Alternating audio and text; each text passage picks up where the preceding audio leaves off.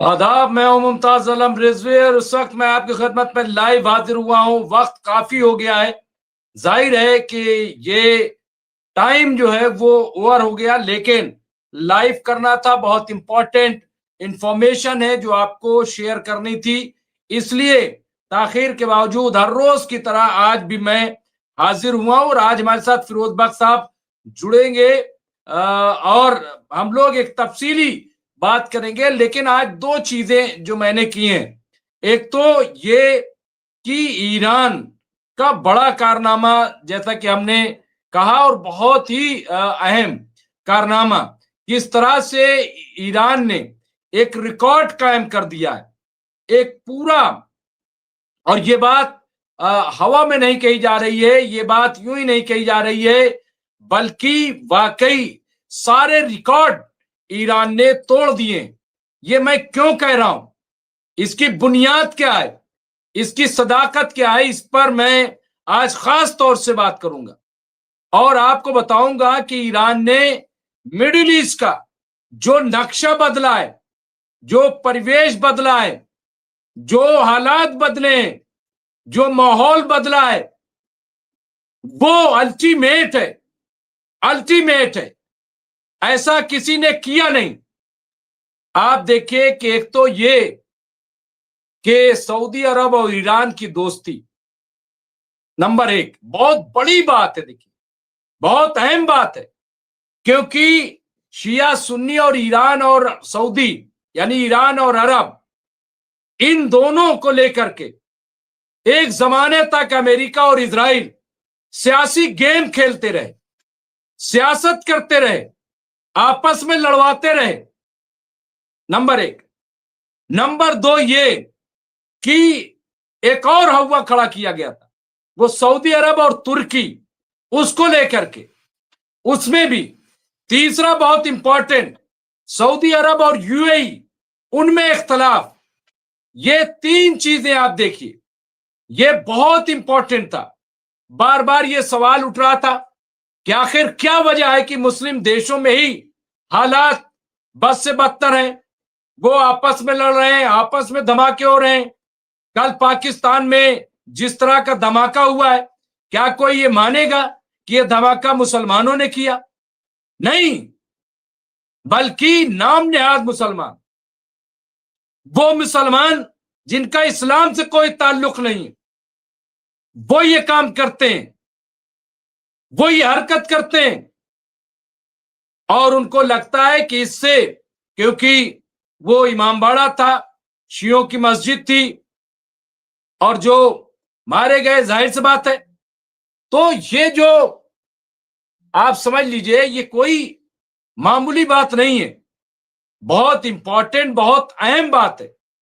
और इसीलिए मैं इसकी चर्चा कर रहा हूं, इसीलिए मैं इस पे बात कर रहा हूं कि आखिर ये क्या था, क्यों था, ये तमाम ऐसी चीजें। और आज आप देखिए कि कतर ने क्या बयान दिया ईरान के लिए। कतर ने एक बार फिर, बहुत बड़ी बात है, जिस तरह से सऊदी अरब ने कहा कि अगर अमेरिका ईरान पर अटैक करता है तो ईरान को इस बात की इजाजत है कि वो अमेरिकी बेस जो सऊदी अरब में कायम है उस पर अटैक कर सकता है। यही बात आज कतर ने कही है कि आप जो है, ईरान हमला कर सकता है, हम कोई रिएक्ट नहीं करेंगे। क्या ये कम बड़ी बात है? क्या ये मामूली बात है? क्या इसे ये माना जाए कि ये कोई मामूली चेंज है? फिर आज जिस तरह से हमने देखा कि ईरान और इसके अलावा जो तुर्की है, उसमें उसको नाम क्या दिया गया आप जानते हैं? उसका नाम दिया गया महामिलन। महामिलन ये हिंदुस्तान की जबान है, हिंदुस्तान में इसको देखिए। मैं यहां पे किसी नजरिए से बात नहीं कर रहा हूं, मैं यहां पॉलिटिकल सिनेरियो की बात कर रहा हूं। जिस तरह का पॉलिटिकल सिनेरियो बदला है, मैं उसकी बात कर रहा हूं। और वो बहुत ही इंपॉर्टेंट है, बहुत ही अहम है। मैं किस लिए बात कर रहा हूं, यहां पे आप देखिए ये खबर कि मिडिल ईस्ट में तुर्की का सऊदी मिस्र से महामिलन, ईगो छोड़कर पुराने दुश्मनों के घर पहुंचे एर्दोगान, खाड़ी में नया पावर गेम, नया पावर गेम, ये क्या है? और इसके पीछे आप समझ रहे हैं कौन है? कौन है इसके पीछे? क्या है इसके पीछे खेल? यहां पे आप देखिए तुर्की के राष्ट्रपति रजब तैयब एर्दोगान ने अपनी सालों पुरानी दुश्मनी बुलाकर सऊदी अरब और मिस्र का दौरा किया है। मैं ये बात यूं ही नहीं कह रहा हूं, यहां पे देखिए ये तुर्की का मिडिल ईस्ट के अपने पुराने दुश्मनों के बीच महामिलन, यहां पे ये एक क्षेत्रीय सुपर गठबंधन का संकेत है, इशारा है। एर्दोगान मंगलवार को रियाद पहुंचे, जहां उन्होंने सऊदी अरब के क्राउन प्रिंस मोहम्मद बिन सलमान से मुलाकात की। सऊदी अरब में एर्दोगान और प्रिंस सलमान के बीच हुई इस मुलाकात में MENA क्षेत्र की दो सबसे बड़ी अर्थव्यवस्थाओं के मिलन के तौर पर खूब प्रचारित किया जा रहा है। ये मिडिल ईस्ट की बात हो रही है, मिडिल ईस्ट। और मैंने इसीलिए कहा, लेकिन आपको हैरत होगी कि इसके पीछे है कौन? इसके पीछे ईरान है। ईरान इसके पीछे, यह सबसे अहम बात है। इसके अलावा तुर्की के राष्ट्रपति मिस्र के राष्ट्रपति अब्दुल फतेह अल सीसी से मिलने के लिए मिस्र गए, जहां वो मिस्र तुर्की उच्च स्तरीय आला सतही यहां पे रणनीतिक सहयोग परिषद और एक तुर्की मिस्र बिजनेस फोरम में हिस्सा लेंगे। या कायरा को उम्मीद है कि सालों की आर्थिक सुस्ती के बाद 2026 में तुर्की से 15 अरब डॉलर का निवेश आएगा, 15 अरब डॉलर का। इसके अलावा मिस्र और तुर्की के बीच एक फ्रेमवर्क, यहां पे डिफेंस जो उद्योग है, समझौते पर हस्ताक्षर किए गए हैं, जो इन दोनों देशों के बीच संभावित गठबंधन का एक बहुत बड़ा इशारा है, बहुत बड़ा संकेत है। ये आप देखिए, सऊदी अरब और तुर्की के बीच कई वर्षों तक काफी तनावपूर्ण संबंध रहे। दोनों देशों के बीच का ये तनाव उनके बीच के कारोबार और राजनयिक संबंधों में भी देखने को मिले। लेकिन अब लग रहा है दोनों देश बदलती जियोपॉलिटिकल सूरत-ए-हाल को देखते हुए अपने संबंध, अपने ताल्लुकात को बदल रहे हैं। तुर्की और सऊदी अरब और मिस्र के बीच तनाव तब शुरू हुआ था जब एर्दोगान की सरकार ने अरब स्प्रिंग का समर्थन कर दिया था। अरब स्प्रिंग को मिडिल ईस्ट के देश और अपनी सत्ता के लिए बहुत बड़ा खतरा समझते थे। मिस्र में जब 2013 में तख्ता पलट की कोशिशें हुई और इस्लामिक शिद्दत पसंदों के खिलाफ कार्रवाई शुरू हुई, तो मुस्लिम ब्रदरहुड के कई नेता भागकर तुर्की चले गए थे। तो ये जो सिनेरियो है, देखिए, मैं इसीलिए कह रहा हूं कि ये बहुत बड़ा चेंज है। हमारे साथ फिरोज बख्श साहब जुड़ गए हैं। कई और इंपॉर्टेंट खबरें हैं जिनका मैं जिक्र करता रहूंगा, और एक बहुत इंपॉर्टेंट वो ये कि ईरान ने साफ मना कर दिया है न्यूक्लियर के इशू पर। बहुत क्लियर कट बातें ईरान ने कह दी हैं और कहा है कि जो मंशा अमेरिका का है उसकी मंशा हम पूरी नहीं होने देंगे। हम जो है, उन्होंने कहा, ईरान को यूरेनियम इनरिचमेंट से तो अमेरिका संवर्धन से तो अमेरिका हमला नहीं रोक पाया। अब्बास रागची ने खारिज की ट्रंप की शर्तें। ये तमाम जो है, ये ईरान की यूरेनियम इनरिचमेंट से तो अमेरिका हमला नहीं रोक पाया, ये है ऐसा कहा। अब यहाँ पे आप देखिए बहुत इंपॉर्टेंट यहाँ पे है, और मैं इसलिए कह रहा हूं कि ये अहम बात है। और इसको इस तरह से कह ले कि ईरान ने साफ किया है कि अमेरिका उसको न्यूक्लियर फ्यूल के इनरिचमेंट को खत्म करने के लिए नहीं कह सकता है। अपने मिसाइल प्रोग्राम को रोकने से भी ईरान ने इनकार किया है। ईरान ने इसे सुरक्षा से जुड़ा मसला कहा है। ईरान की तरफ से मिसाइल प्रोग्राम और यूरेनियम इनरिचमेंट रोकने जैसी ट्रंप प्रशासन की मुख्य शर्तों को खारिज किया। इसके बावजूद दोनों पक्षों ने बातचीत जारी रखने का फैसला लिया है। अब यहां बताइए कि घुटने कौन टेक रहा है, कौन यहाँ पे पीछे हट रहा है, फेस सेविंग कौन कर रहा है, आप खुद समझदार हैं। आइए इस्तकबाल करते हैं फिरोज बख्त अहमद साहब का, जो सीनियर पॉलिटिकल एनालिस्ट हैं। फिरोज अहमद बख्त साहब कॉलम निगार हैं, जर्नलिस्ट हैं और मौलाना आजाद उर्दू यूनिवर्सिटी के आप चांसलर रहे हैं। और कल भी हमसे जुड़ना था लेकिन देर हुई, आज भी काफी देर हो गई है, लेकिन बहरहाल वो हमसे इसके बावजूद जुड़े। हमने गुजारिश की थी और वो बहुत इंपॉर्टेंट काम कर रहे थे, कुछ पेपर्स वगैरह जो है तैयार कर रहे थे। बहरहाल एग्जाम्स होने वाले हैं, आप सबको पता है, लेकिन इसके बावजूद वो जुड़े, उनका मैं इस्तकबाल करता हूँ। फिरोज अहमद बख्त साहब, मैंने कहा कि गेम चेंजर बनता जा रहा है ईरान। ईरान जिस तरह से अब ये खबर आई है कि सऊदी अरब और तुर्की करीब हो गए हैं, तुर्की और मिस्र बहुत करीब हो गए हैं, इख्तलाफात को खत्म किया जा रहा है, ये सारे एक साथ आ रहे हैं, तो ये तो अमेरिका के लिए बहुत बड़ा चैलेंज है और इसके पीछे ईरान खड़ा है कहीं ना कहीं।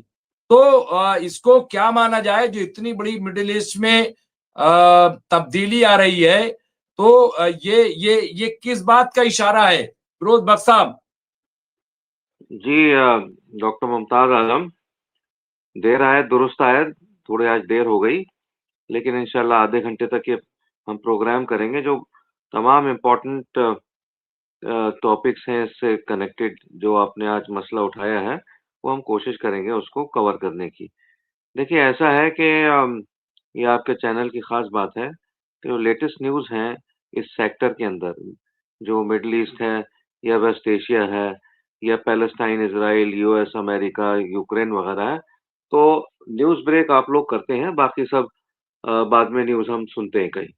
तो जो आपने ये बात बताई है, हकीकत बताई है, और हकीकत ही हमें लग रही है कि तुर्की, बल्कि उसकी तो आपने प्रूफ दे दिया, तस्वीर आ गई कि तुर्की का मिलन हुआ है सऊदी अरब से और मिस्र से। देखिए, मैं तो as of now gut feeling मेरी यही है कि ये एक अच्छी बात हुई है। और आपने कहा कि ईरान की डिप्लोमेसी की वजह से ऐसे हुआ है, इसमें कोई दो राय नहीं है। ईरान की डिप्लोमेटिक जो पॉलिसी है, सबको सबका मतलब ईरान भी जितने उसके पड़ोस में लोग हैं, उन सबका साथ, सबका विकास, सबका विश्वास, सब प्रयास एक साथ लेके चल रहा है। ठीक है? कम से कम जब से वॉर शुरू हुई तब से तो चल ही रहा है। तो मैं इसमें ये बात ऐड करना चाहूँगा कि ईरान की तो डिप्लोमेसी है अपनी जगह, लेकिन ये जो लोग आपस में मिल रहे हैं, ये इस वजह से मिल रहे हैं कि इनको इस बात का अंदाज़ा है, अगर ये मिलेंगे नहीं, तो इनका पत्ता कट सकता है, इनका तिया-पांचा हो सकता है। अभी देयर इज़ अ मिस्टीरियस लल। अमेरिका क्या कर रहा है, कहाँ है, और उसकी जो बेड़े हैं वो क्या कर रहे हैं, किधर हैं, उसके बी 2 बम्बर कहाँ हैं, इसराइल के पास क्या इंस्ट्रक्शंस छोड़ी हैं। So there is a mysterious lull. ठीक है? और ये बेहतर किया इन लोगों ने, इनको मिल जाना चाहिए, बल्कि इनको क्या, जितने भी अरब ममालिक हैं, जितने मैक्सिमम हो सकते हैं, जिसमें मैं कहता हूँ कतर और यूएई को भी आ जाना चाहिए, कुवैत को भी आ जाना चाहिए। ठीक है? और मैं कहता हूँ कि जॉर्डन को और जनाब आपका लेबनान वगैरह को, सबको आ जाना चाहिए। क्योंकि अगर ये इस तरह से हो गया ना, तो फिर अमेरिका के लिए मसाइल बढ़ेंगे इन द सेंस के जंग को शुरू करना उसके लिए जितना अब दुश्वार है, इन हालात में आगे जाके उससे ज़्यादा दुश्वार हो जाएगा। क्योंकि अमेरिका इस चीज़ को समझता है कि अगर एज़ ऑफ नाउ, आज की तारीख में, अगर सिर्फ ईरान से ही लड़ना है, उसके लिए वो भी कोई बच्चों का खेल नहीं है। That is a tough nut to crack. अगर Iran would have been like a sitting duck, अगर ऐसे ही होता कि जाओ जी सफाया कर दो ईरान का, ईरान के पास ये सारे तमाम हथियार, ये तमाम मामलात नहीं होते, तो अमेरिका कभी का ईरान का सफाया कर चुका होता। खामेनेई साहब को भी बराबर कर चुका होता और अपने पिट्ठू सरकार बिठा चुका होता। लेकिन उसमें 2 रुकावटें हैं उसकी। पहली तो रुकावट ये है कि जो ईरान की पब्लिक के अंदर इन्होंने जो थोड़ा नाइत्तेफाकी पैदा करने की कोशिश की थी, ऐसा कुछ नहीं है। ईरान की तमाम पब्लिक अब यूनाइटेड है और वो सुपर जो उनके लीडर हैं, मैं तो कहूँगा सुपर से भी सुप्रीम खामेनेई साहब, उनके साथ खड़ी है पूरी पब्लिक।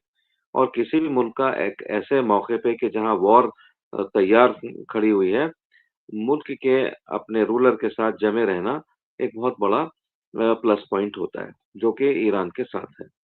दूसरी बात ये है कि ये लोग इस बात को देख चुके हैं कि अगर कुछ होता है लेटर इन फ्यूचर, इनके खिलाफ अमेरिका कुछ करता है, ठीक है, या इसराइल की कुछ निगाह खराब होती है, तो ईरान इनके साथ खड़ा रहेगा। ईरान इनकी तरह चौहद मुल्क नहीं है।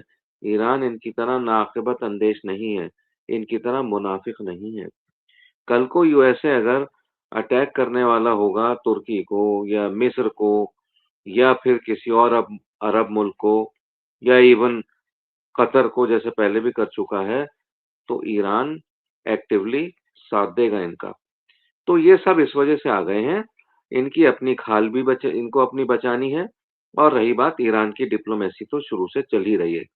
तो इसमें क्रेडिट ईरान को 100% देना चाहिए, जो ईरान का काम है। उस 100% में जो है इनकी अपनी भी सेफ्टी सिक्योरिटी जुड़ी हुई है, तभी ये साथ आ रहे हैं। अरे भाई नाक़िबत अंदेशों, अगर तुम पहले ही साथ आ जाते, अगर पहले ही कुछ इस तरह से आपका एक एक इंटेंट बन जाता है, ट्रिपल इंटेंट वगैरह, अ, या जिस तरीके का भी एक आपकी एक साथ हो जाता सबका, तो मेरे ख्याल से इतना नुकसान ना तो गाजा का होता और ईरान का भी इतना नुकसान नहीं होता। ईरान वाहिद आज की तारीख में भी अपने पाँवों पे अकेला खड़ा है। ईरान का साथ डायरेक्टली किसी ने नहीं दिया। इनडायरेक्टली भले ही रशिया और चाइना लगे हैं, लेकिन वो भी अपनी-अपनी उनकी एक उनके अग़राज़ व मक़ासिद हैं जिसके लिए लगे हैं, ठीक है? ईरान से तेल-वेल का सिस्टम है, उनका तेल लेते हैं, ईरान से हथियार लेते हैं, ये तो है। और बाकी है कि वो ये भी सोचते हैं कि अगर ईरान को कुछ हो गया, ईरान को दबा लिया अमेरिका और इसराइल ने, तो ये उनकी, देखिए, एक जियोपॉलिटिकल ऑर्डर में एक एक ईगो का जो सिलसिला है, वो बड़ा वो बहुत ज़्यादा, मतलब वो भी चलता है, उसका भी मैनेजमेंट होता है।